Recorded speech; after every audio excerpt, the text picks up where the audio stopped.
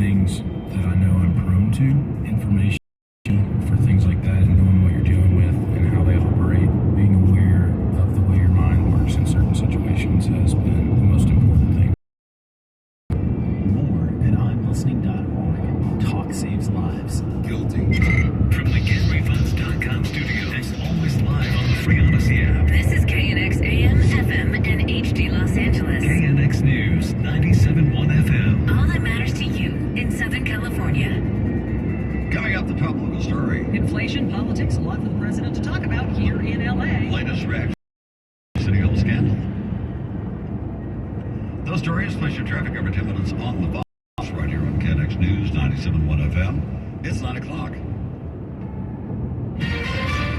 This is CBS News on the Hour, sponsored by Liberty Mutual Insurance. I'm Steve Kathan. A Florida jury delivers a sentencing recommendation for the Parkland school shooter, Nicholas Cruz. The jury having returned a verdict of life imprisonment without the possibility of parole. The judge put off formal sentencing till statements are heard. Legal analyst Rebecca Royfey watched the complicated sentence hold for over an hour. The jury needed to determine beyond a reasonable doubt and unanimously that Nicholas Cruz would be sentenced to death. One or more juror has determined that the mitigating factors, in other words, the factors that the defense showed that made it look as if he is less responsible or there are some excuses or reasons which he deserves mercy, outweigh those aggravating factors. President Biden said again today fighting inflation is his top priority. There's evidence it did accelerate last month. The government prices ticked higher in September and were up 8.2% from a year ago.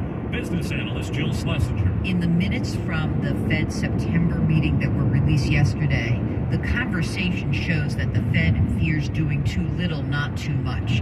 This report, along with those minutes, really means the Fed is on track for another 0.75% increase at the meeting in early November, and maybe another 0.75% increase at the December meeting. In about an hour, the House panel investigating the Capitol attack holds what's expected to be its final public hearing. CBS's Scott McFarland. This hearing is going to look and sound a little bit.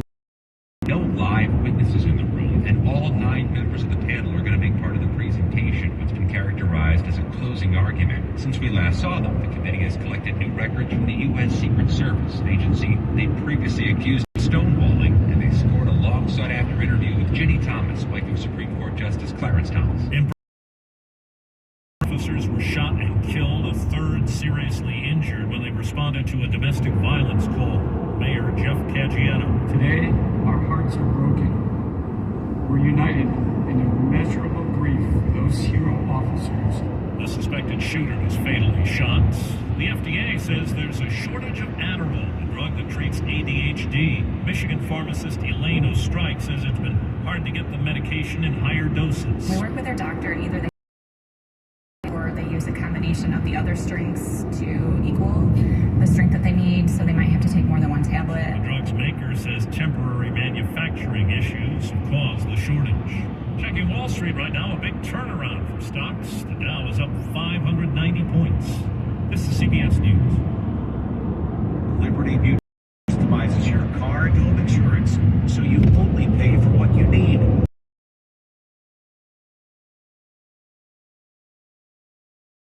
News 97.1 FM. The people you know. The voices you trust.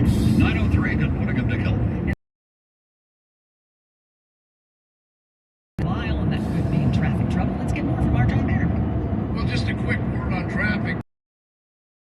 Things on his plate while he's here. He's going to have to talk about inflation or deal with that anyway.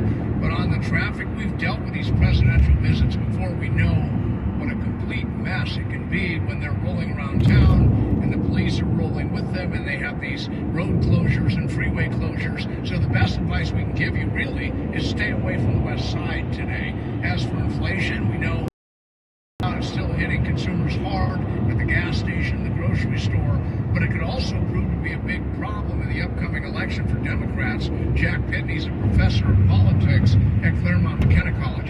Inflation hurts the Democrats.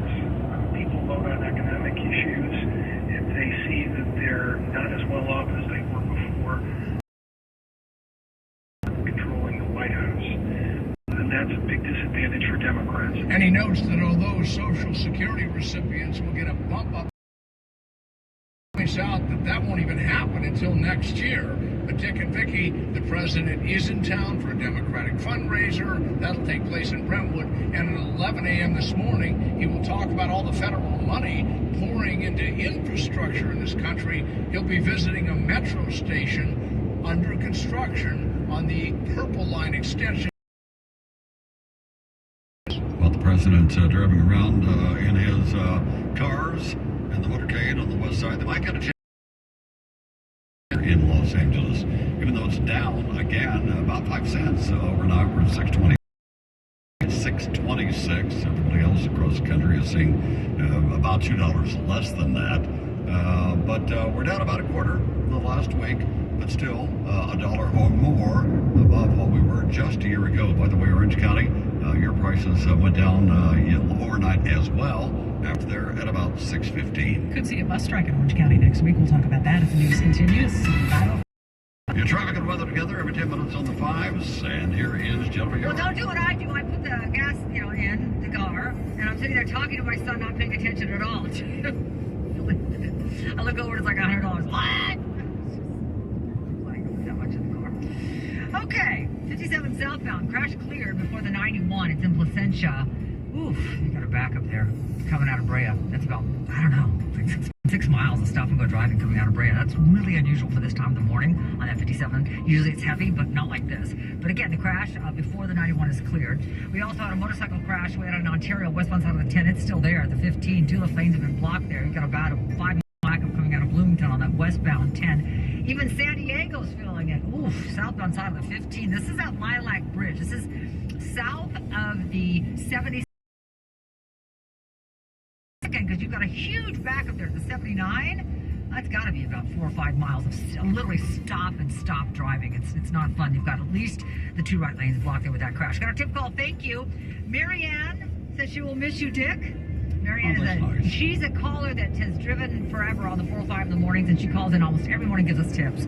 She says she's truly going to miss you. Northbound side of the, you're like family to all these people. Northbound side of the 405 at Rosecrans. We've got the carpool lane blocked 110, and further to the we have 4-car crash reported at Manchester. It's on the right shoulder, but it's very heavy from the 105, as we stated, all the way up to the 10. And again, we'll keep our eyes and ears about what's happening when President Biden arrives in the West Los Angeles area. Our next report, 9:15 from the Puente Hill Sunday 24-hour traffic center. I feel that way.